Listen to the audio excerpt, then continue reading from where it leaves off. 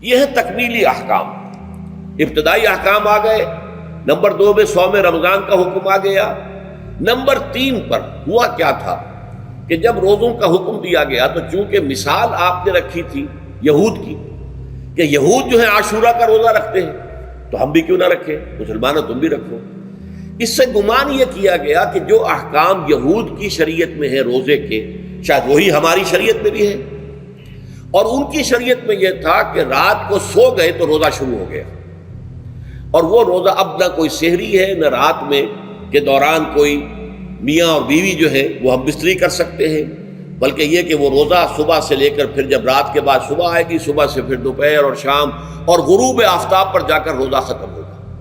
گویا کہ کم و بیش 20 گھنٹے کا روزہ یا 21 گھنٹے کا روزہ، کیونکہ اگر غروب آفتاب کے 3 گھنٹے کے بعد آدمی سو گیا تو وہاں سے جو روزہ شروع ہوا ہے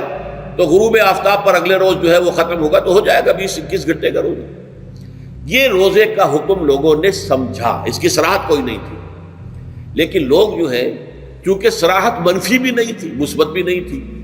لہذا وہ رات کے وقت میں جب دن ہوتے تھے روزوں کے، ان کی راتوں میں وہ اپنی جو بھی ایک طبعی ضرورت ہے جو ہم بستری ہے میاں اور بیوی کی، شوہر اور بیوی کی، وہ کر گزرتے تھے۔ جذبات کے اندر جو بھی اس وقت ان کی احتیاج ہوئی، دل میں کھٹک رہتی تھی کہ پتہ نہیں ہم نے یہ صحیح کام کیا نہیں کیا، غلط کیا، تو اس سے یہ کہ ظاہر بات ہے کہ پھر قرآن مجید اسے قرار دے رہا ہے اپنے آپ سے خیانت کرنا۔ جب انسان اپنے ضمیر کے خلاف کوئی بات کر رہا ہو تو چاہے وہ بات صحیح ہے لیکن وہ اسے گناہ سمجھ کے کر رہا ہے تو اس نے تو گناہ کیا، وہ اپنے آپ سے تو خیانت کر رہا ہے۔ ایک شخص ہے وہ بکری کا گوشت کھا رہا ہے لیکن سمجھتا یہ کہ یہ سور کا گوشت ہے، تو اس نے تو سور ہی کا کھایا نا، اس نے بکری کا تو نہیں کھایا، لیکن اس نے سمجھا یہ کہ یہ سور کا گوشت اور کھا رہا ہے۔ تو اس حوالے سے ایک دغدغہ سا دل میں رہتا تھا، پریشانی۔ تو اب جو یہ 5ویں آیت ہے، طویل ترین آیت ہے اس سلسلے کی، اس میں روزے کے تکمیلی احکام آ گئے جو ابدی ہے، آج تک قائم ہیں اور قیامت تک قائم رہیں گے۔ فرمایا احل لکم لیلۃ الصیام الرفث الی نسائکم، اے مسلمانوں روزے کی راتوں میں تمہارے لیے حلال کر دیا گیا ہے اپنی بیویوں سے اپنی خواہش کا پورا کرنا۔ رفث الی نسائکم ہن لباس لکم وانتم لباس لہن، وہ تمہارے لیے بمنزلہ لباس ہیں، جیسے لباس کے اور انسان کے بدن کے درمیان کوئی حجاب نہیں ہوتا، ایسے ہی شوہر اور بیوی کے درمیان بھی کوئی حجاب نہیں رہتا۔ ہن لباس لکم وانتم لباس لہن، اور ویسے بھی ایک معنی میں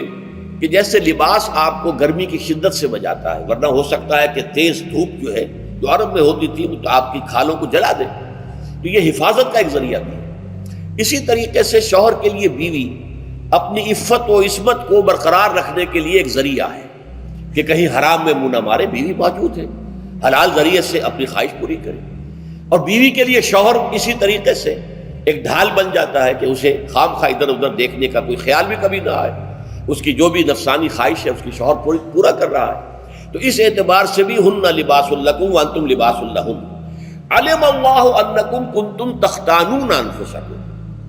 اللہ کے علم میں ہے کہ تم اپنے آپ سے خیانت کر رہے تھے۔ اس کی وضاحت میں پہلے کر چکا ہوں کہ دل میں یہ دغدغہ تھا کہ یہ حرام کام اور کر رہے ہیں، یہ گویا کہ اپنے آپ سے خیانت، اللہ سے بغاوت نہیں تھی۔ کیوں کہ اللہ تعالیٰ کی طرف سے تو حکم تمہیں معلوم تھا ہی نہیں، ابھی آیا اس کی اجازت ہے یا نہیں ہے، لیکن اپنے آپ سے تو خیانت کر رہے ہو، تم یہ سمجھ رہے تھے کہ یہ نہیں ہونا چاہیے، یہ گویا کہ ممنوع ہے اور کر رہے تھے، تو اس کو کہا کہ تم اپنے آپ سے خیانت کر رہے تھے۔